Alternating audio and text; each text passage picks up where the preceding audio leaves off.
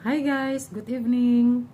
We are from group I'm 12. Suci Wayuni Marunduri. Together with Eva, we will present our material about teaching and curriculum design. Teaching and Curriculum Design.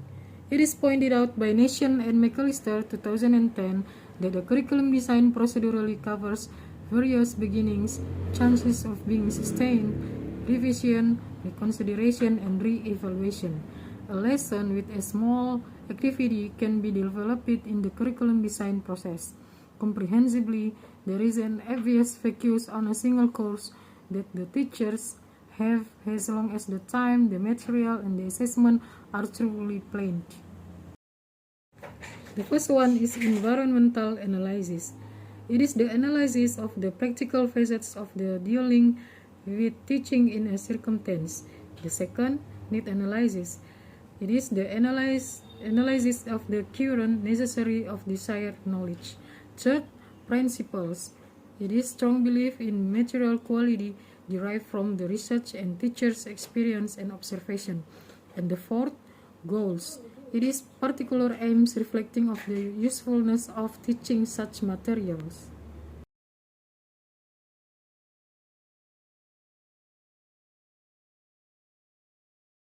The fifth is content and sequencing. It is whatever that will emerge and the arrangement in which it will appear in the course. The sixth, format and presentation. It is things that the learners do procedurally in the lesson. Seventh, monitoring and assessment. It is the engagement with the teacher in paying attention to the activities of the learners and measuring their knowledge and performance. And the last is evaluation. It is judging the quality of the course. Nation McAllister 2010. Environment analysis. Every day, teachers have to consider questions like the following. Will this activity be interesting enough for my learners? Do I have enough time to do this activity?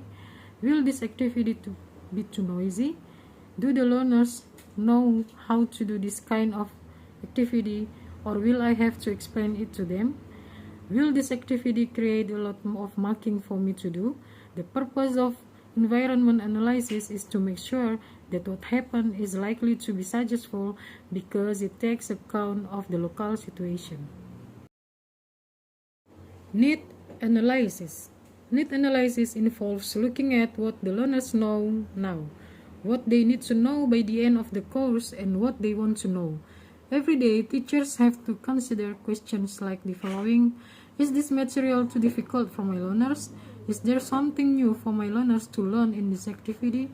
Will everyone in the class be able to cope with this activity? Principles. Every day, teachers have to consider questions like the following. Will this be a good activity for my learners? Are my learners doing enough reading? Is it good to get learners to memorize words and phrases? Should I do the same activity again? Should my learners be doing homework? Information about teaching and learning can come from research, but such information can also come from teachers' experience and observation of teaching and learning.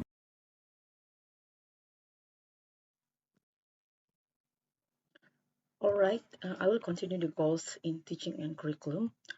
Good curriculum goals are based on clear verbs. A department or program will guide students or over certain experiences, and students will explore certain ideas to carry out particular activities. Goals are not directly demonstrable and are primarily useful at a department or program level, whereas learning outcomes are useful at a course level as well as the department program level. Curriculum goals are important for assessment because they indicate the department or program intention from which learning outcomes should be developed, and learning outcomes are at the heart of the assessment of student learning.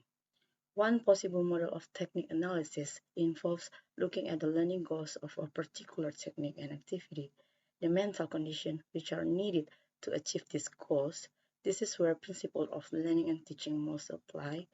The observable signs that this mental condition might be occurring and the design features of the technique which set up these mental conditions. Next, about content and sequencing.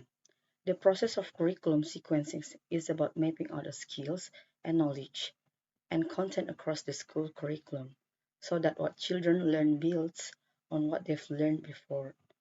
The practicalities of that are very complex.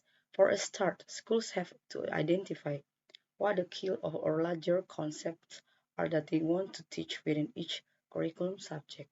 Then they need to break this down into smaller components so that the learning is manageable for children. And then they need to sequence them correctly so that children can gradually build their knowledge and understanding over time those larger concepts. Some of the questions that teachers need to consider when thinking about content and sequencing are: what reading passage will I use? What vocabulary will I get to learners to focus on this activity? Which items shall I use for the blanks in the blank filling activity I'm making?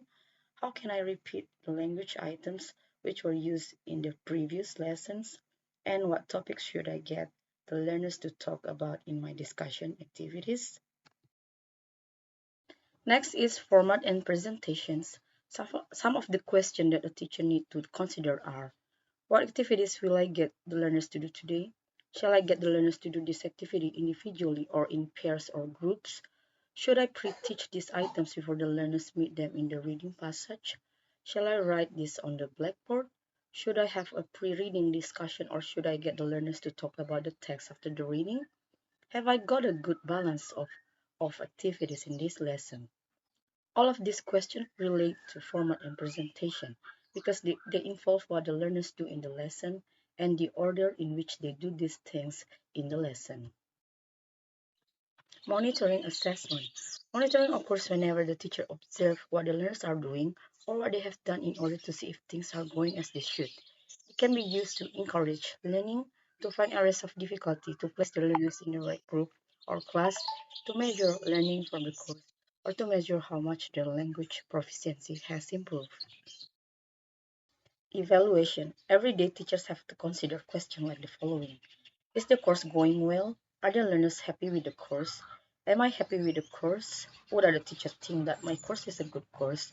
Can I see ways in which I can improve the course? Did today's lesson go well? Will I get through the course book by the end of the course? In the curriculum design diagram, evaluation is a large circle which includes all of the parts of the curriculum design process. This is because evaluation is very wide-ranging and can focus on any aspect of curriculum design. Curriculum design and learner autonomy.